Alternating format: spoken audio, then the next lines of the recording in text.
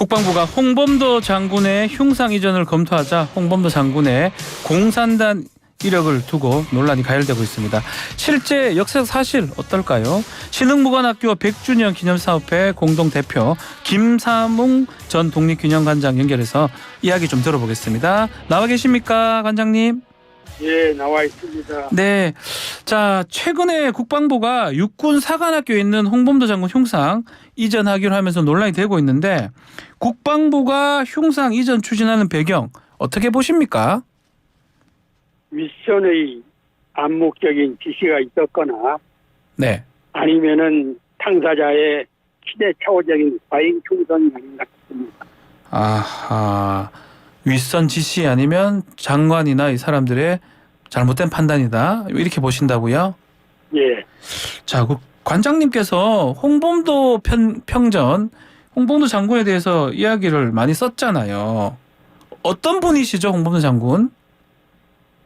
예, 우선 홍범도 장군은 머슴 출신입니다. 네. 아버지도 머슴이었고 본인도 젊었을 때 머슴을 했고 예. 그러다가 일제가 침략을 하기 시작하면서 산에 들어가서 포수를 했습니다. 산세기도 갖고 모르고 사냥꾼, 포수, 예. 사냥꾼. 예.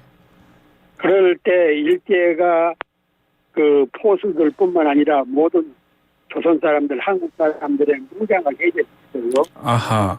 그럴 때 홍범도 장군은 그걸 거부하고 백두산으로 들어가서 예.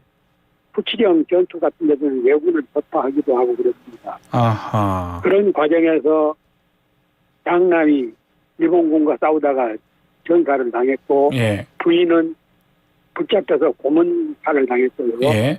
나중에 둘째 아들도 이제 병사를 했습니다만 그리고 이제 함경도 부양에서는 그 여러 차례 국경선을 넘나들면서 외군들을 물리치기도 했고 네.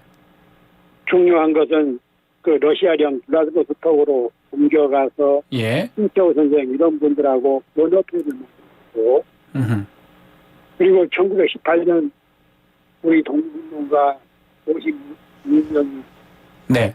모 동수 그때 참여를 했고 네. 그리고 이제 관장님, 조금 가까이 대고 말씀 주셔야 될 것 같습니다. 조금 약하게 들립니다. 예, 1920년에 그 봉오동 유명한 봉오동 전투 대첩. 네. 청산리 대첩. 네. 이것은 우리나라가 임진왜란 이래 숱하게 일제로부터 다녀왔는데 네. 처음으로 홍범도 장군 등이 지휘한 우리 독립군이 그렇죠. 일제를 물리친 대첩을 이룬 그런 정규군을 우리 군인이 이긴 전투 아니겠습니까? 그러니까 일본의 최첨단 참여 네. 정규 군대를 우리 그 신흥무관학교 출신들 그렇죠. 들어 있었습니다만은 어찌 보면은 농민 출신들이 제대로 훈련도 받지 않은 그런 농민분들로 독립군을 만들어 가지고 예. 그 일본 정규군 물리친 대첩이었거든요. 자, 그런 뭐 사실은 내용들은 우리 국민들이 대부분 알고 있는데 지금 국방부에서 이 홍범도 장군 흉상을 좀 부적절하다 이전하려는 이유 중에 하나가 자유시 참변에 대한 재판 과정에서 독립군을 재판하는 위원으로 참가했다. 이 부분이거든요. 이게 사실인 겁니까? 어느 부분은 사실이고 예. 많은 부분은 오해된 부분이 있습니다. 그럼 사실과 또 오해된 부분 좀 말씀 좀 부탁드리겠습니다. 예, 우리 그 신흥무관학교 출신들을 포함해서 예. 독립군들이 일제 그 고동 전투, 청산리 전투에서 대첩을 이루어지지 않았습니까? 그렇죠. 그러니까 일제가 정규군을 더 수만 명을 동원해가지고 추격에 나선 겁니다. 그렇죠. 그때 두 대첩에 성공했던 우리 독립군들은 그 러시아하고 중국의 국경지대인 이르쿠츠크 쪽으로 이동을 했어요. 예. 그래서 이제 그랬는데 러시아 그때는 소련군이죠. 소련군이 무장 해제를 시킨 겁니다. 우리 독립군을. 예. 이유는 그 일제 병기 또 소련제 병기, 체코제 병기 예. 이렇게 우리 독립군이 각종 무기를 가지고 있어서 효율성 떨어진다. 그래서 일단 회수를 하겠다. 예. 그러니까 우리 무장 독립군들은 군인들은 생명이잖아요. 무기가. 그렇죠. 무기가 생명인데, 예. 예, 그런 과정에서 우리 독립군끼리 이견이 아. 분출한 겁니다. 무기를 줘야 된다, 주지 말아야 된다, 이런 이견이 생겼다는 거죠. 예, 그러니까 우선 청산이 대참만 하더라도 홍범도 장군 부대가 있었고 예. 다른 부대들도 연합부대였거든요. 그렇죠. 예. 그래서 이제 연합부대다 보니까 그 이후에 행동이 다르고 목표도 다르고 아. 하나의 목표는 조국 독립이지만 음흠. 방향이라든가 여러 가지가 의견이 있을 수밖에 없었죠. 예. 그런 과정에서 충돌이 일어난 게 이제 자유시 참변인데 그 당시에 홍범도 장군의 역할은 어떤 거였습니까? 그러면 이렇게 문제 삼는 게? 홍범도 장군은 일단 그 무장을 해제하고 예. 소련군의 새로운 무기를 지원받자. 아, 그런 입장이었군요. 예, 그런 입장이었습니다. 그런데 그런 과정에서 네. 그 이전에 이 부분은 학자들이라든가 많은 사람들이 모르고 지나간 것 같은데. 어떤 겁니까? 1920년 여름에 예. 대한민국 임시정부 상해 있을 때죠. 예. 임시정부하고 소비에트 노동정부, 그때는 소련이라고 안 하고 소비에트 노동정부라고 그랬습니다. 예. 소비에트 노동정부 간에 비밀 군사협정을 맺었어요. 아, 임시정부랑? 예. 임시정부가. 예. 내용 중에는 한국 독립군 부대가 시베리아에 주둔할 때 아하. 그 소련에서는 이를 승인하고 무기라든가 장비를 지원해준다. 예. 그리고 임시정부가 그 임시정부의 한국 독립군이 그 소련군의 군사 명령을 받아들인다. 네. 그리고 시베리아 침략하는 적군, 일본군이죠. 네. 적대국에 대해서는 공동으로 참전한다.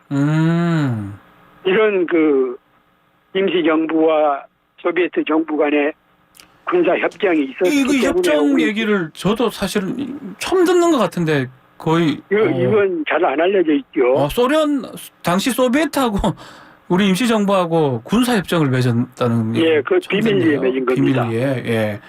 그 와중에 지금 홍범도 장군도 관련성이 있는 거네요, 그러면. 그렇죠. 그러니까 우리 무장 부대가 소련 영토 안으로 들어간 거죠. 예.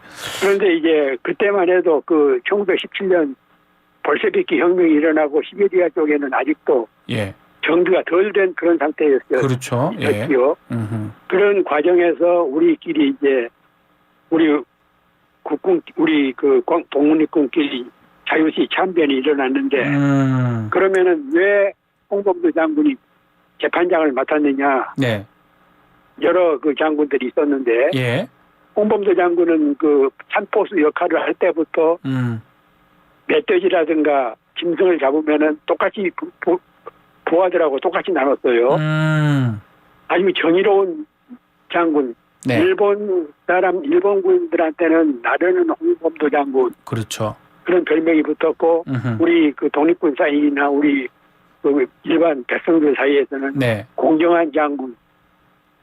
그런 그래서 재판장을 맡게 됐다. 재판장을 이 말씀이군요. 맡았고. 아.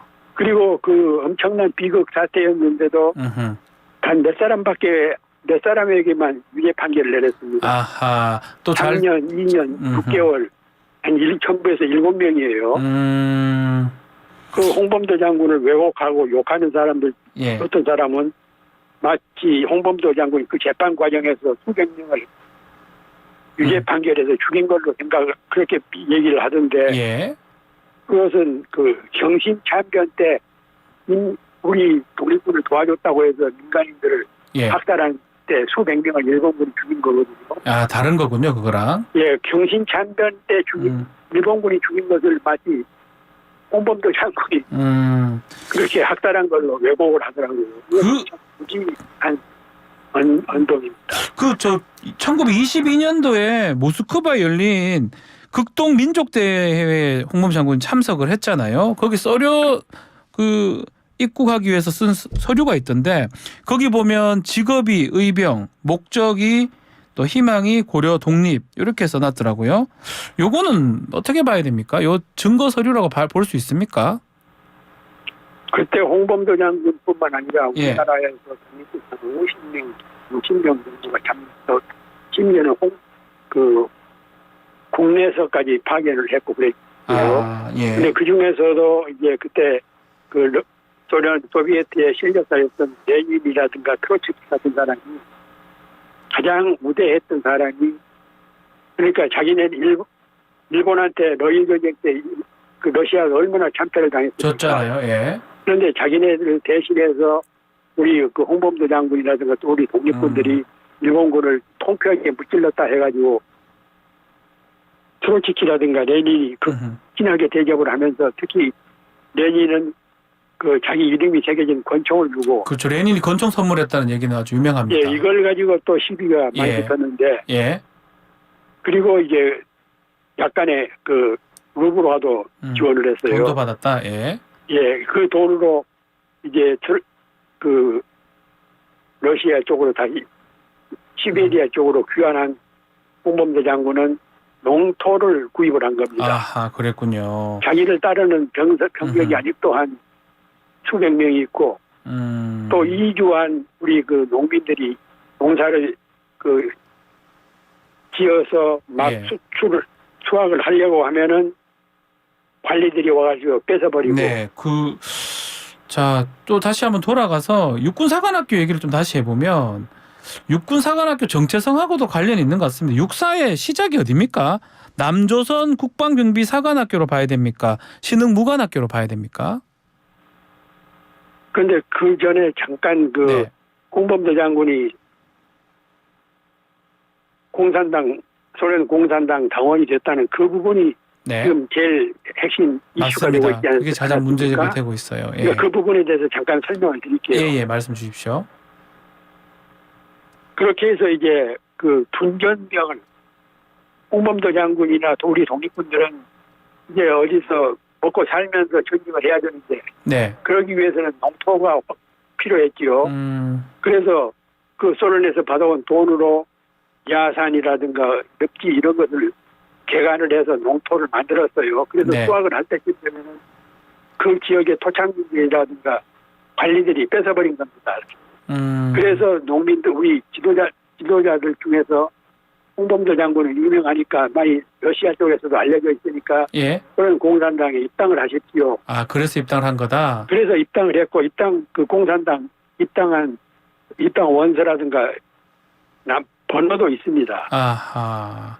그런데 그런 입당을 한 것이다. 것들이 지금에 와서 시비가 표창을 하면 해야지 시비거리가 될 수가 없잖아요. 예. 둔전병을 하자는 겁니다. 둔전병 하려고 입당한 것이다. 예, 이렇게 말씀하시는 그쪽에 그 관리들이 네. 농작물을 다 뺏어버리니까 그것을 막기 위해서 우리나라도 그 자유당 당원증이라든가 네. 박정희 정권 때 공화당 당원증이면은 시골 이런 데서는 상당히 통했잖아요. 그런 의미에서 했던 것이다. 그런 것과 영상을 한번 줄 겁니다. 뭐 사상이 뭐 그래서보다는 이런 필요에 의해서 입당을 한 것이다. 이렇게 보시는 거군요. 홍범도 장군은 그 이념적으로 네. 공산주의에 내몰든 그런 분이 아니에요. 오히려 예. 성향을 따진다 그러면은 그 민족주의자. 민족주의. 예. 그러니까 블라디보스톡 이런 데서 체류할 때 대종교라든가 민족종교, 그렇죠. 산악회보 이런 데 막대한 자금을 지원을 했어요. 당군을 구심점으로 삼아야 된다. 네. 그런 분을 이제 와서 이순신 장군 이래의 대첩을 이룬 그런 장군을